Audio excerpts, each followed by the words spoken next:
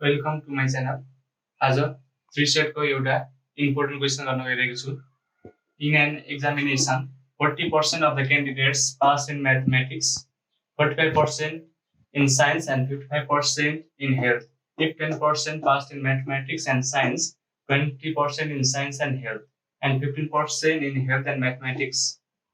सबै पर्सेन्टेजमा आयो भने एन्यु यहाँ दिएको छैन, त्यसैले एन्यु हामीले एन्युलाई 100 मान्ने 100 नै हुन्छ 100%. मैले लेट गरे let M, S and S denote the set of candidates who pass in math, science and health respectively. NU दिएको छैन, सबै पर्सेन्टेजमा भएको भएर NU 100% हुन्छ.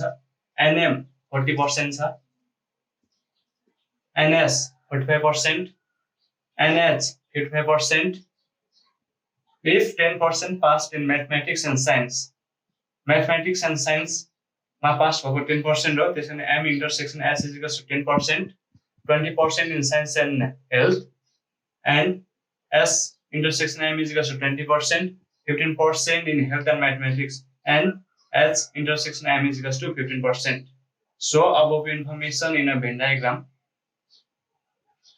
यता छ NU 100%, NM is equals to 40, NS is equals to 45, and H is equals to 55.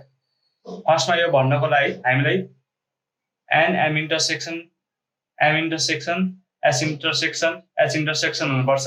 यहाँ हामीसँग छैन, त्यसैले H X लेट मानेको मैले. M intersection S 10 छ, त्यसैले 10.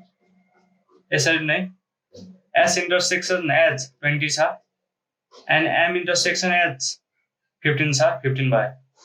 यहाँ 40 छ, टोटल 40 छ, and M मा 10 यतै छ, 10 plus 15 25 हुन्छ. 40 मा 25 माइनस हुँदा 15 हुन्छ, 15 minus X. यसरी नै 10 plus 20 30 हुन्छ, 45 minus 30 गरे भने 15 हुन्छ, 15 minus X. 20 plus 15 35 हुन्छ, यो टोटल 55 छ. 55 minus 35 गरे भने 20 हुन्छ, 20 minus X. अब भयो यो find the pass percentage in all three subjects. यसको मतलब हो बीचको, यसको मतलब हो M intersection S intersection H भनेको. त्यसैले मैले फर्स्टमा फर्मुला लगाए NU is equals to NM plus NS plus NH minus NM intersection S minus NS intersection M minus NH intersection M plus NH intersection M intersection S.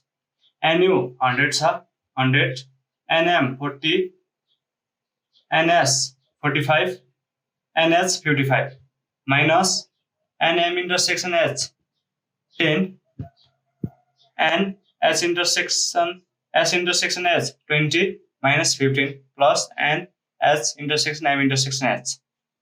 40 plus 45 plus 55 140 हुन्छ, minus minus minus भएको भएर यो फर्स्टमा जोड्ने 10 plus 20 plus 15 45 हुन्छ, sign minus छ त्यसैले minus.